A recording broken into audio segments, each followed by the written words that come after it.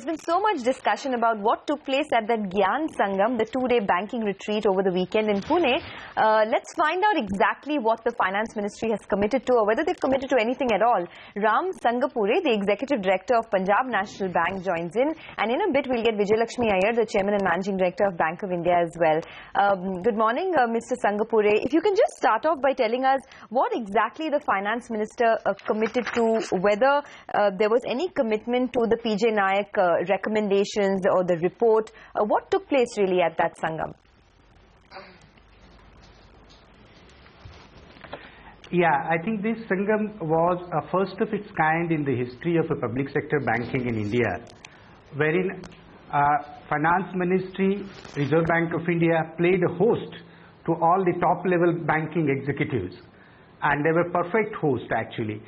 The Minister of Finance, a State Minister of Finance was there continuously for 2 days along with us.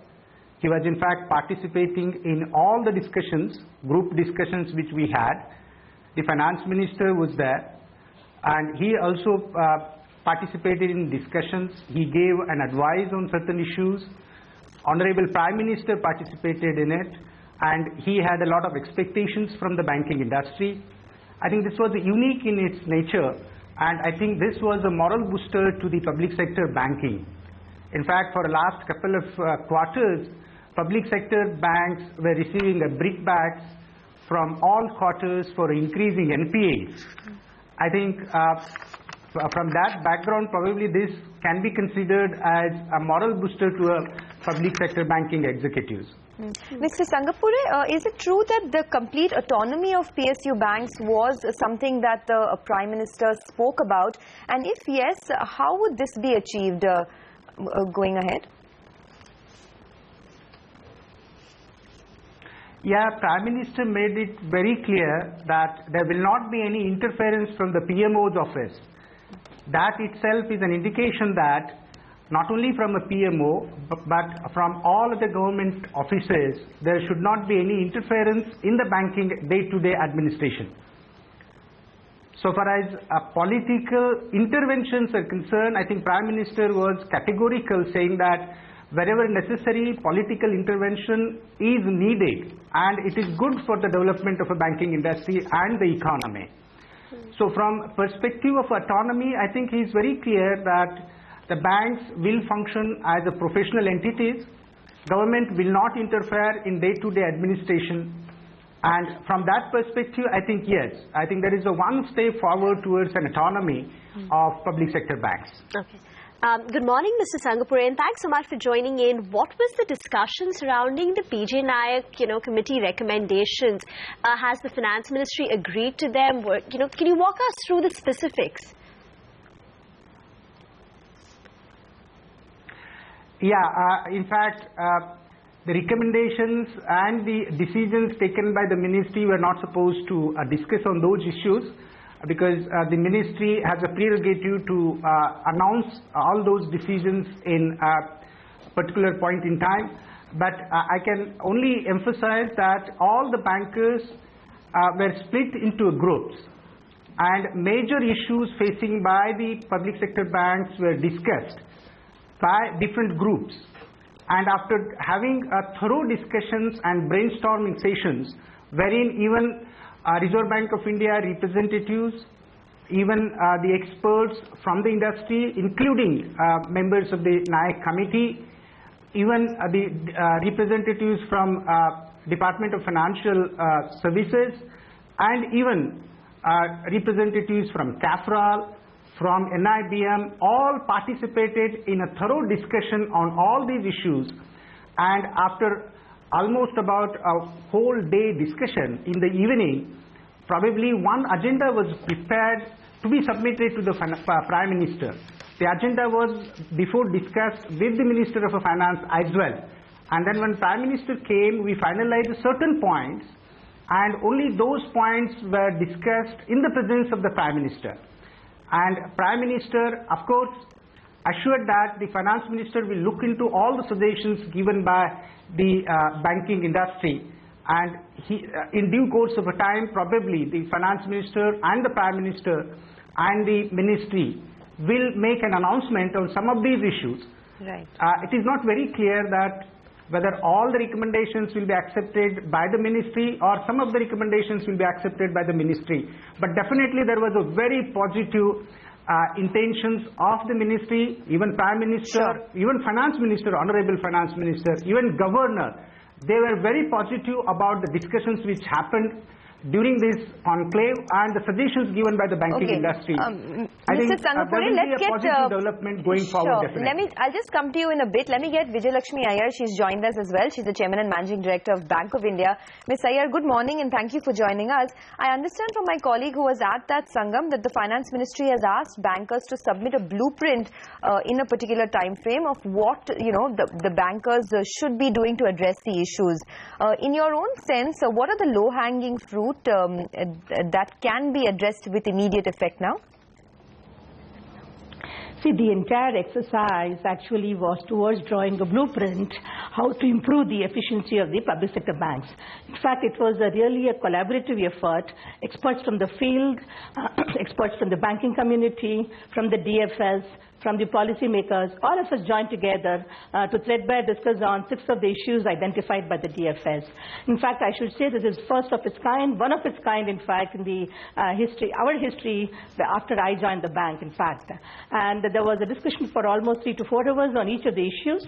Every committee came out with their specific recommendations, and we ultimately what we did was what improvements will the banking community bring about immediately over a period of 1 year, then 1 to 3 years, and what we seek from the Government of India to improve the overall public sector bank's efficiency. So then there was a very positive climate. The Minister of State for Finance stayed throughout the discussions. In fact, the Secretary, Mr. Adya, also was with us, giving us a good point. And we have given about a 7-point agenda to the government. In fact, we have conveyed in greater detail to him. And the issues which we raised is actually a multi-pronged one. On the part of the bankers, we said that we will reorient some of the public sector banks. In fact, if you would really see, the entire public sector banks are fragmented in nature, all of them giving the same type of service without differentiating themselves.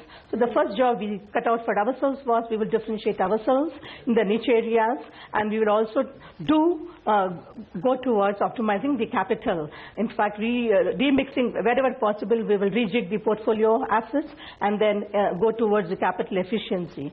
2, what we said was bankers would actually build the people capabilities, invest in the capacity building, because all of us know that heavy retirements are taking place in the past 3 to 4 years, and it will go on for the next 2 or 3 years.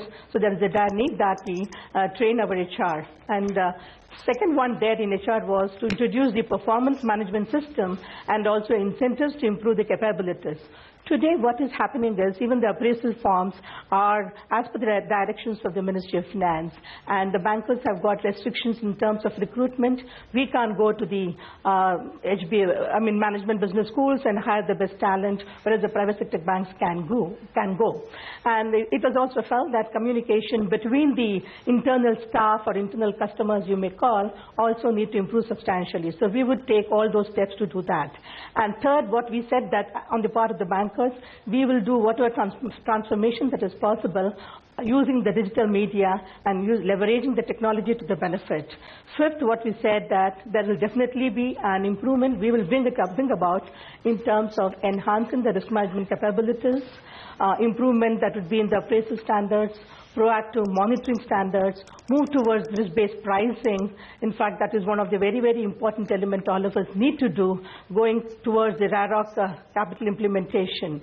And also the next one, what we gave for ourselves to the bankers is to strengthen, we told that we will also try to improve the infrastructure for recovery in the sense there are certain deficiencies when we go over to the DRTs in surface area, and we will remove all of them together. And on the part of the government, of course, we had about 6 to 7 agendas. The first one was towards creating a level playing field for us in terms of the priority sector obligations, because today what is happening is Reserve Bank of India gives us targets in terms of number of accounts. Ms. Iyer, I just had one in the priority sector. Sure. I just had one question. Sorry to interrupt you. Was there any talk of government asking the PSU banks to form, a bank-specific holding company? And if that happens, does this mean that the government has given up on the prospects of an omnibus holding company now? No. I think there is some misunderstanding which has come, of course, in one of the newspapers. I also did see in the morning. What the discussion took place was, the government would create a bank board bureau, in fact. Okay. This will be a professional set of board members, and all the experts from different fields would be there, along with the eminent bankers. And this does not require any legislative amendment. The power for this board will be, the mandate will be largely to professionalize the existing board members, empower them strongly, and also they also would take over the constitution and reconstitution of the board going forward, and all existing ownership function of the Ministry of Finance will come over to them. This will be only the first phase, and this would ultimately lead or transit to forming a bank investment company, which the Nayak committee said. And bank investment company formation requires certain amendments in the laws, and all the banks would thereafter come under the company law board, and that would in fact help the empowered board to take a call on the differentiator strategy, on the capital planning strategy. So by when do you think this, ownership? Ma'am, by when do you think this bank investment committee could be formed? Any kind of timeline was spoken about at the meeting? See, Bank Investment Committee, as I told you, requires amendment in the law. So then it may take about 6 to 9 months, for the entire thing to do. But in the interim, this holdco will be formed, what we said as BBB, Bank Bureau Board will be formed and take over some of the functions to empower the board. So that is the ultimate idea. And ultimate is we will move towards the Bank Investment Company, which would actually strengthen not only the board, but also differentiator strategy, capital raising strategy, investment strategy, and bank and Government of India will only become an investment company, and this board also will have the powers for selection of the EDs and MDs going forward, to recommend the names to the DFS for further onward processing. So that is the whole idea about it. Okay, ma'am, we're running out of... This is a very good idea going forward. Okay, we're running out of time. So quickly, one question. What was discussed in the PJ Nayak recommendations? Will it be implemented, or will only a few of them be implemented?